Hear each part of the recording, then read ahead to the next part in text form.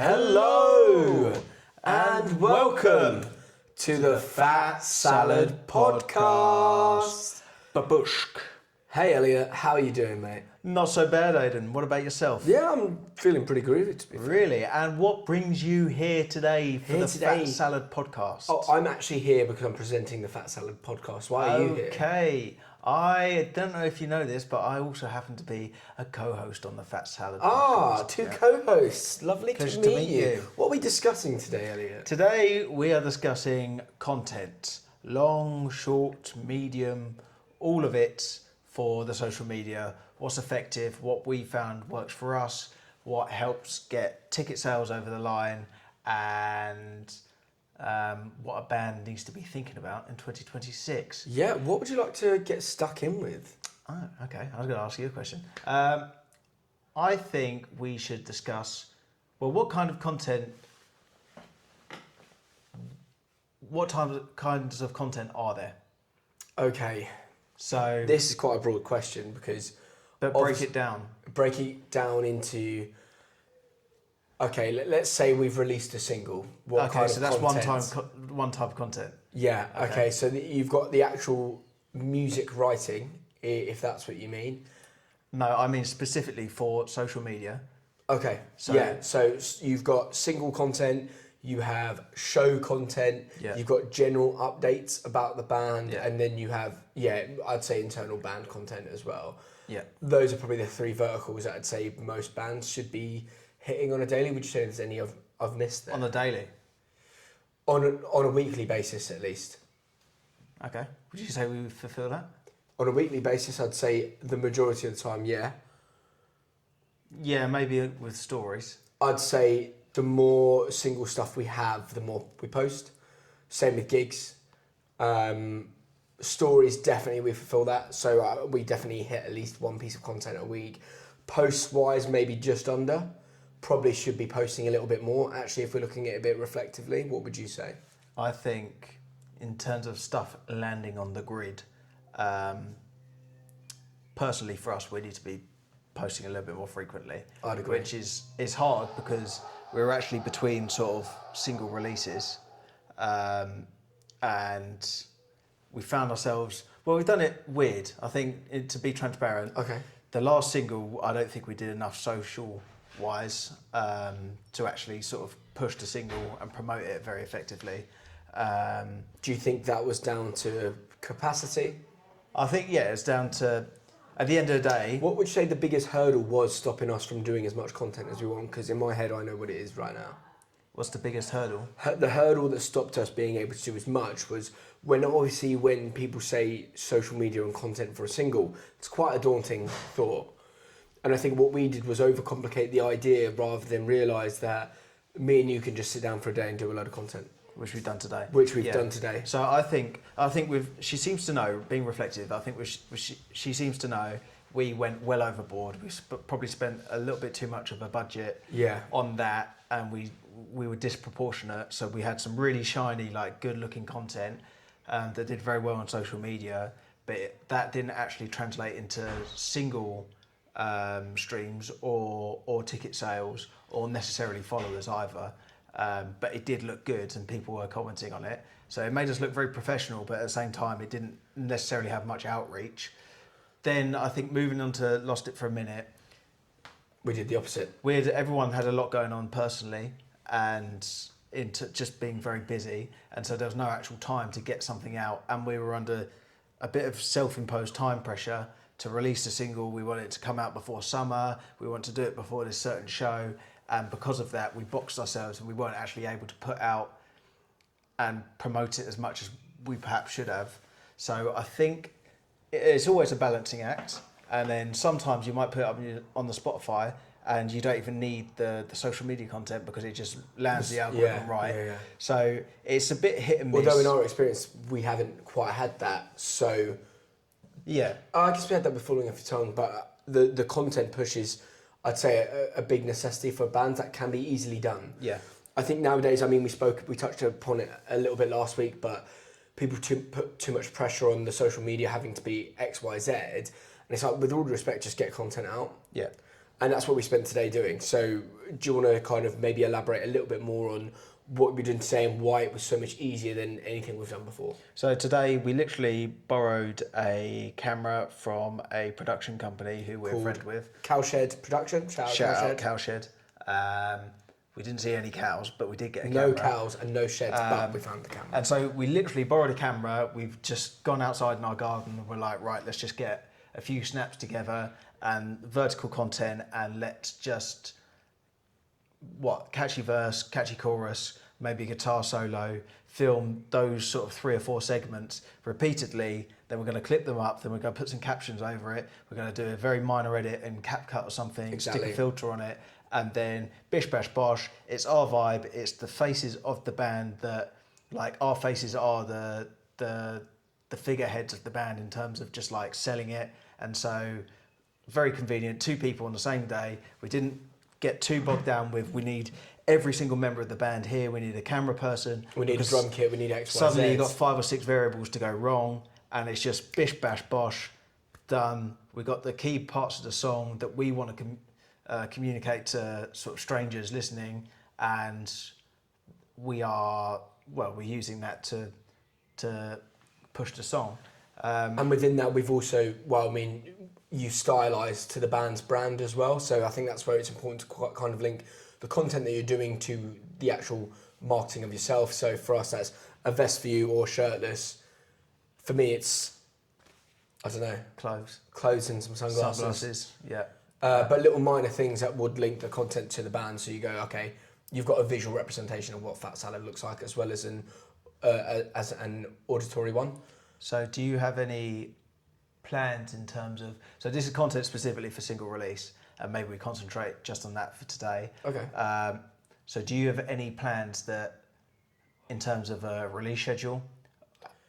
I think first week of release is really important when it comes to getting content out. So at least 1 to 2 pieces of content a day for the first week, I'd say minimum, and then you could probably drop down to every other day, and then a little bit more after that. But you should probably have like a 2 to 3 week plan, maybe 3 to 4 weeks.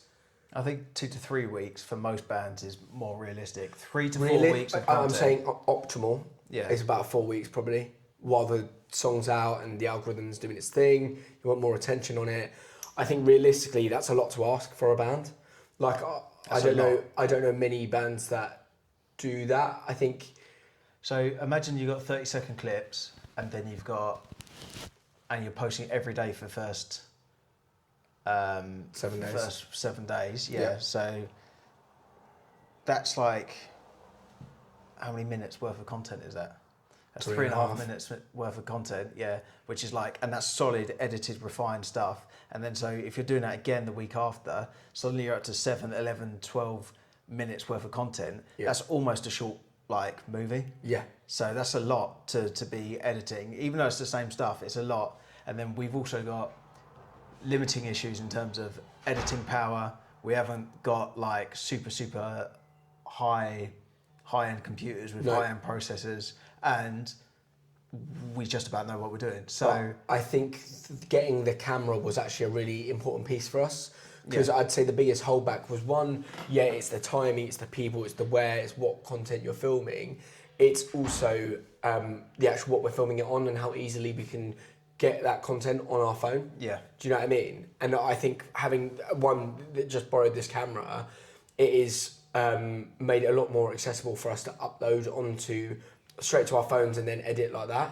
Yeah. Do you know what I mean? Yeah. Yeah, no, it's bypassed the step of having to get on a laptop and whatnot, which is really handy. And the immediate leg up you've got with having a camera that can get high quality stuff. So all you've really got to do is you don't actually have to do too much editing. Some photo nerds are probably going to go, no, you're doing it wrong. But we could just slap a filter on it and it will look cool. So, and it's as easy as that. So we don't have to get too bogged down with technical stuff. No.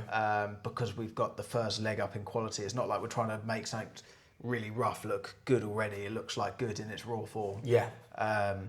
Which is handy. And that's why also it's worth noting when we're doing this, we've done it in the most efficient way I think we've done it so far, because previously we've gone up and down all around London, like spending a whole day doing it. I do think that's good, but it's difficult, and it's like when this isn't yet our full-time job, it's very hard to commit all that to it. And also, like you said, there's so many more variables. Like when we had it last time for She Seems to Know, it was me, you, George, and then Will, who was from, shout out to Ave Photography, who was filming us. Yeah. He needed to edit all the clips and stuff like that. And then you needed a plan. Like for us, like, I mean, I definitely came with something in the back pocket, was like, we're going to do this, we're going to do that, which made it a lot easier. Yeah. And even today, where even we've made it a bit simpler for ourselves, we've still had a plan for it, which was close-up headshots, some content for you. So we've got enough for a YouTube video, as well as some shorts for the actual single, enough to pump out for at least a week. Yeah. I think on top of that, when you're looking at content, is something that I think we can do more is people forget that you can repost something. Yeah. You can re-upload the same video that you've already posted and hide it from your feed. That's a really key way that people make more content. Yeah, and maybe we should be... People stop sponsoring stuff and they're like, oh, that ad run its course. It's like, no, it's like an advert. Like, it's still, the product's still there, right? Yeah, so, just because you've moved on from it doesn't mean the product's lost value. So I think we should probably look into doing that as well. This episode is as much about reflection because it's so fresh in our mind. Like, literally, the camera's still set up downstairs. So, and this is something that we're also learning at the same time. So what we want to give to you guys is pretty much an opportunity to not make the same mistakes or make your lives easier. Especially if you're a band listening now and you've got, like, I don't know, maybe it's your first single, maybe it's your fifth, maybe you've released an EP, but you're... I know a lot of bands that might have they might have, like, say 2 albums out, but you look at their social media and it's not supporting what they've actually got. And that's actually really difficult when you've got all the good stuff. You just need to do a little bit more on the social media. Yeah. And I'm sure you've experienced this, but how many times have you seen a band that has all the content, they go, oh no, I don't do social media? Yeah. It's like, well, great, but in this day and age where social media is such a useful tool for getting yourself out there, you're limiting yourself by over 50% of what you could be doing. Oh yeah. Like, unfortunately, I kind of wish it was the way it used to be, where, I don't know, Led Zeppelin and Rolling Stones, you'd play in a circuit and you'd play your gigs. The thing is, they still did content, but they just did like local radio show. It was different content, and then posters everywhere. Yeah. It was physical content. Yeah, they had to physically be somewhere or do something. So in regards to this release, we got 23 coming out on the 10th of June. What's going to be the release strategy? So what's going down? When are we dropping the single cover? When are we dropping the first video? Okay, so, I mean, do you want to say the date that we're releasing the single on? 10th of June. 10th of June. So from 10th of June... I believe it's 10th of June, yeah. There'll be, over the course of the 7 days, at least 7 clips a post every day. We'll be sponsoring ads as well during that. And within that, we have a gig the week before. So we will be shouting the single out then. We'll also do another headline towards the end of July to support that single, as well as a couple others that are coming out. Yeah. That's kind of the general gist of the content strategy. I think people do overthink it sometimes. Sometimes it's literally just get the content out. Yeah. Show people that you're busy. Yeah. If it's a story, if it's X, Y, Z, you need people to think that things are going on. Even today, we put up a story talking about how we're filming content, i.e. sort of soft launching the fact that something's coming. And all those little things as well on the story as well are important. And then I think it's important as well, resharing. Repost to your local network. 100%. People want to buy into personality. Yeah, well, that's it. Yeah. But the number of bands that it's just on the band account, and then no one else it's is anyone even in the band sort of thing. Yeah. And that only works. It's cool to not do that. Once you're at a certain level, you don't have to do that. But even the guys who know what they're doing, they've got a following on their social media, and it's strictly relevant to them because they're in the band. So why not reshare it? Because you're just you're bringing the content to a very sort of localized, invested fan base. How many people just want to support you in general? Yeah, of your friends. I mean, if they're good friends, they'll just want to support what you're doing. Regardless whether you've had success or there's success in it before or after. Do you know what I mean? Otherwise, people just don't know. And I think we've touched on it. In this day and age, it's just about getting it out there. Yeah. you need a response. People can't have a response if they don't know the content's there. Yeah.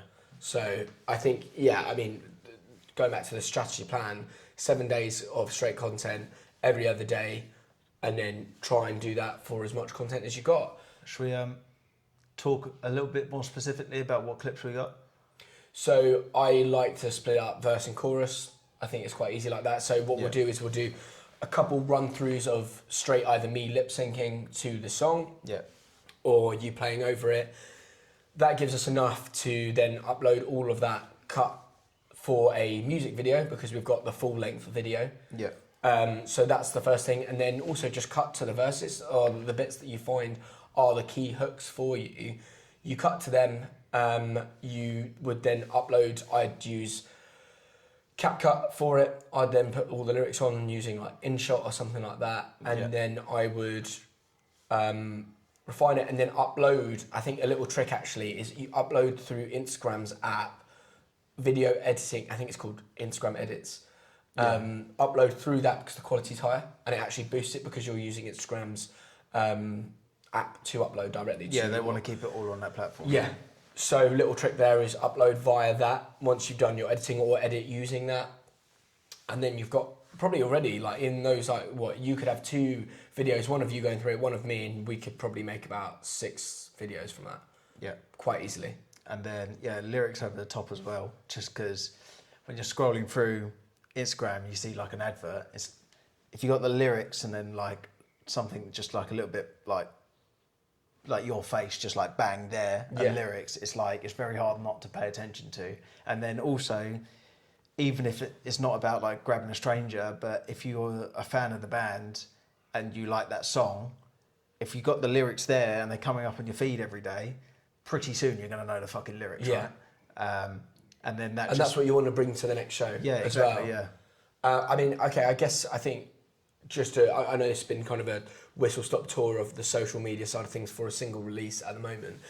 If you could say 3 things that you would advise a band with a single coming out to do that are easy, low cost, affordable, what would they be?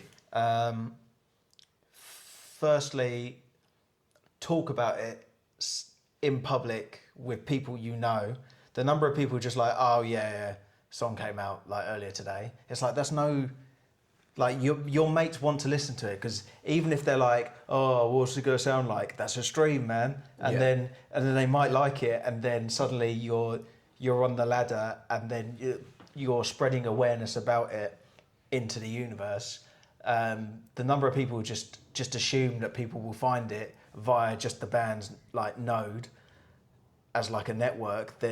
It's just so redundant. So talk about it and tell people about it and be proud about it. Number 1 is talk about it. Yeah. Second one is post the single cover and make a deal of the single cover. Like put a paragraph about what the song means. Yeah. I think linking, just to jump on there, linking the emotional value of the song that you've made with the content and the band's brand is absolutely essential when it comes to selling the song. Yeah. I say selling the song, I'm talking in a strictly like business kind of sense, but you want people to emotionally buy into it. Yeah. That's the way you're going to get real fans, real people who enjoy the music. So you need to show them why you've written it and what you've written it about. 100%. In our case, I guess we could just describe it. We don't have to release it. But it's basically a photo from one of our live shows where there's some crowd surfing. Shout out Count Dilo. They really made that another show local awesome. South London band. Yeah, it's them crowd surfing in like amongst all these people on like for a headline. From a really cool angle from the stage. So like the band aren't even in it. It's just everyone loving our music at once. And just like a really like nicely beautiful at the old dispensary, wasn't it? Yeah, captured moment. And it's just like it captures the sort of coming of age vibe that I guess 23 has to it. Yeah, for sure. So yeah, that's the second thing. And then thirdly, just sharing the reels and like posting the reels, putting the effort into getting the reels out there, and the little sort of like clips with the lyrics. They're important, and they also, as you mentioned earlier, they make you look busy as a band. Yeah. Even if you release something, if you just release something and that's it, it's just like no one wants to buy into something that's almost stale. It's like it's like when bands like have come back from the dead and they've released like one thing, but they're not playing live or anything, and it's just do you really like it's hard to access it, isn't it? Yeah. So I think, I mean, just to round off what you've said, the top 3 priorities are talk about it. You definitely need to create that vibe yourself. Post about it, and look bloody busy. And I genuinely think that's quite a lot to do. That would really enhance a release, but you can do all these things at a very efficient way. I think it's taken us time to be able to make this an efficient process. Yeah. But now it's so much, like there's a very small hurdle to overcome to make this content and get it out for a single, which makes the overall job easier. Yeah.